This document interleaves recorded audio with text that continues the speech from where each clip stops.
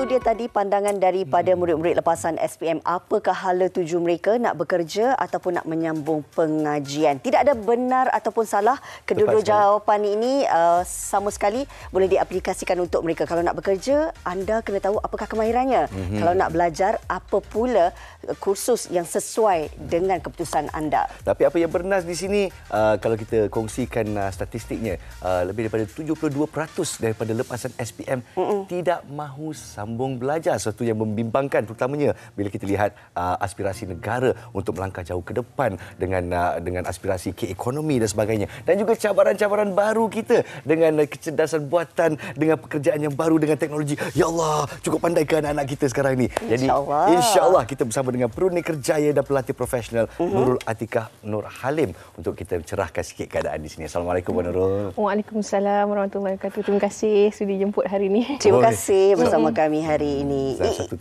topik yang bernas. Betul. Silakan. Kalau kita lihat, ini dilema yang berlaku saban tahun. Setiap kali lepasan SPM dah selesai menduduki peperiksaan, inilah persoalan yang timbul bukan sahaja dalam kalangan pelajar itu sendiri, ibu bapa. Tetapi kita melihat daripada dua sudut seperti yang saya katakan tadi, tidak ada salah ataupun benar. Kedua-duanya kita lihat ada kelebihannya. Bagaimana mungkin kalau dilihat dari segi trend, bak kata Nas tadi, bermula 2019, trendnya semakin meningkat, ramai yang memilih untuk bekerja. Adakah ini situasi yang perlu dirisaukan ataupun sebenarnya ada peluang untuk mereka?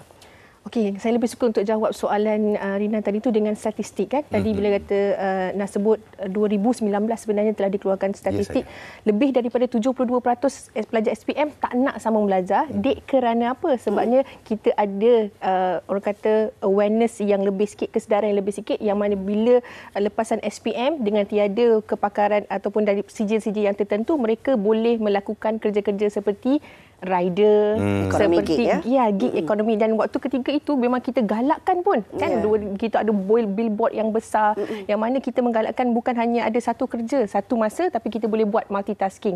But on the other way round is actually sebenarnya kita patut risau kalau nak menjawab soalan ini. Sebab apa? Sebab ada beberapa lecturer ataupun profesor di universiti pun memandang bahawa 10 tahun akan datang, 20 tahun akan datang, akan ada kekurangan tenaga kerja profesional, yang mana waktu ketika lepasan SPM ni lah sepatutnya mereka asah kan, asas bakat, asas kemahiran kita nak sambung untuk lepasan SPM ni.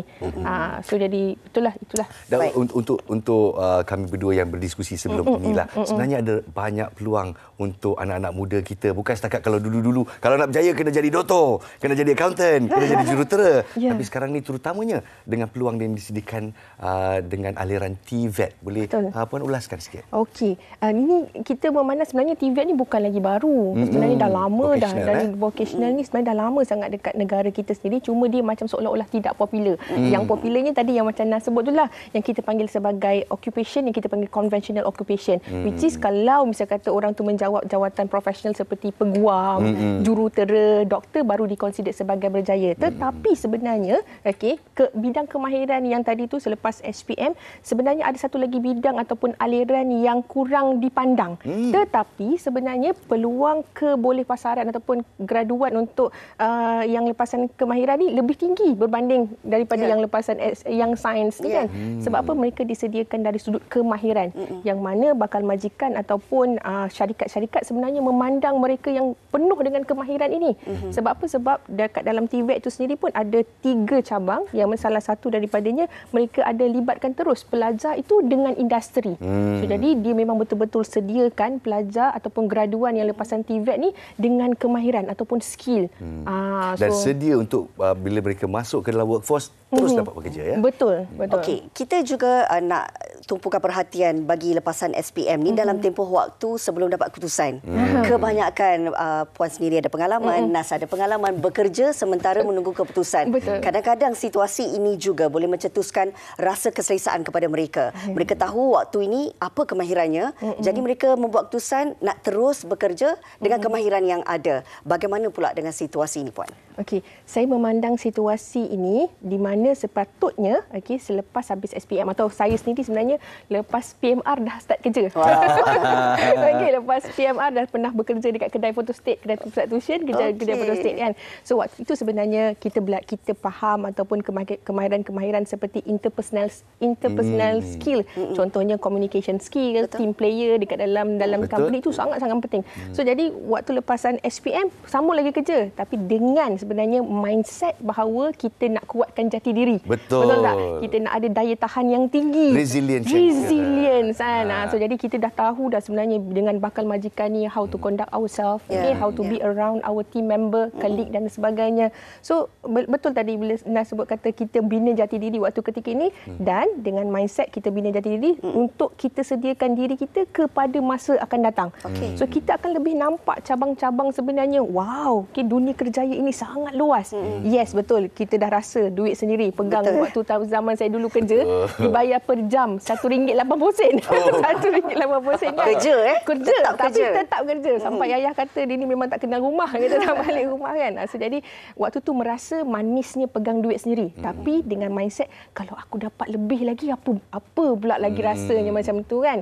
Pengalaman je berbeza juga kalau ada mereka di luar sana, kalau nak ingat balik macam mana pengalaman kerja mereka lepas SPM tu. Betul. Ia juga peluang untuk kita kenali diri kita sebenarnya. Exactly. Apakah kekuatan kita, apakah kelemahan kita. Jadi untuk adik Aris Iskandar yang berusia 18 tahun yang juga mengambil keputusan untuk belajar tapi juga ingin bekerja. Banyak aktiviti juga boleh dilakukan dan dimanfaatkan.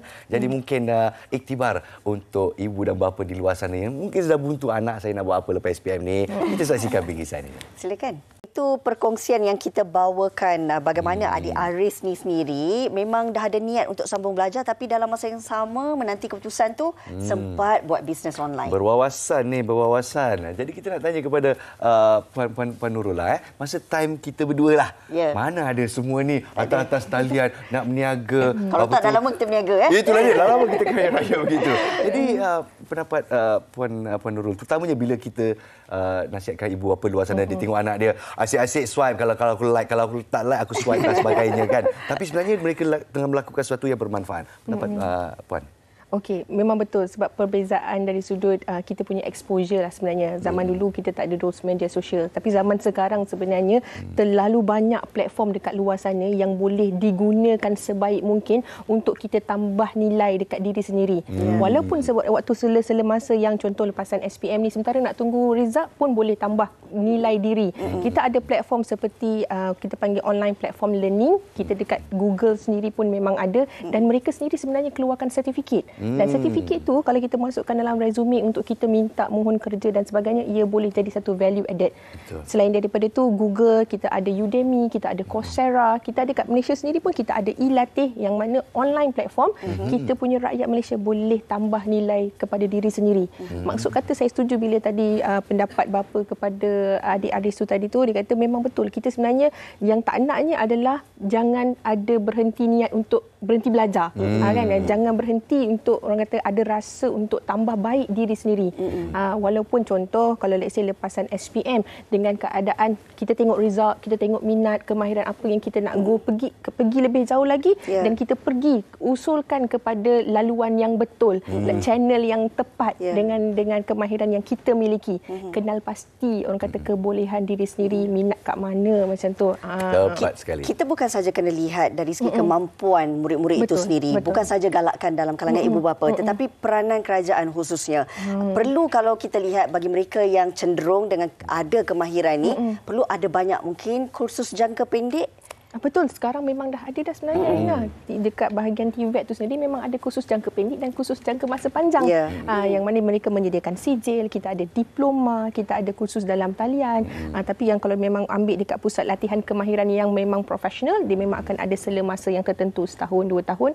Untuk yang memang lepasan SPM, kalau kita tengok ada parents yang beritahu kepada Career Cube, dia beritahu, oh puan, kalau misalnya kata lepas SPM anak saya tak minat nak sambung belajar, pergi kepada mana? Nak jadi MUA, makeup artist. Masuk masuk dekat bahagian kemahiran. Kalau nak jadi ahli juru kimpal tadi kita tengok kan, kat situ dah disediakan. Even contoh macam dalam critical list yang dikeluarkan oleh Talent Corp, ada banyak sebenarnya senarai pekerjaan yang dah kritikal sekarang ni. Kat situ sebenarnya kita boleh kembangkan lagi, beritahu, war-warkan. Macam contoh dekat kita gunakan media sekarang di televisyen, media sosial sendiri, kita kena war-warkan bahawasanya adanya ruang-ruang peluang ini. Baiklah Puan Nurul, untuk kita gulungkan diskusi kita pada pagi ini kan. Bekerja atau tidak? Sambung belajar. Sambung belajar. Mana satu yang lebih afdal? Okey. Saya akan memandang bahawa kalau anda lepasan SPM, jangan berhenti belajar. Tetapi kalau let's say contoh kata bukanlah maksud kata lepas habis SPM tu kena sambung belajar tu kita pandang kat universiti je. Tidak, sebenarnya kita ada laluan yang selain daripada aliran akademik lah. Kita ada aliran kemahiran. Walau apa pun juga yang kita ceburi, bidang apa pun yang kita nak ceburi, saya percaya Nas dengan Rina sendiri pun kita akan sentiasa upgrade diri sendiri untuk stay relevant. Kita kena naik taraf diri pada setiap masa. Jadi harap-harap untuk ibu bapa di luar sana, kita kena ajar anak-anak kita macam mana cara untuk belajar. Kita belajar cara untuk belajar. Dari kecil sampai besar, insya-Allah kalau kita terapkan dalam Sarubari sampai besar, mereka akan terus mencari ilmu yang baru ya. Betul. Baik, terima kasih banyak-banyak ucapkan kepada Puan Nurul Atikah Nur Halim, Perunding Kerjaya dan pelatih profesional kita pada pagi ini. Alhamdulillah.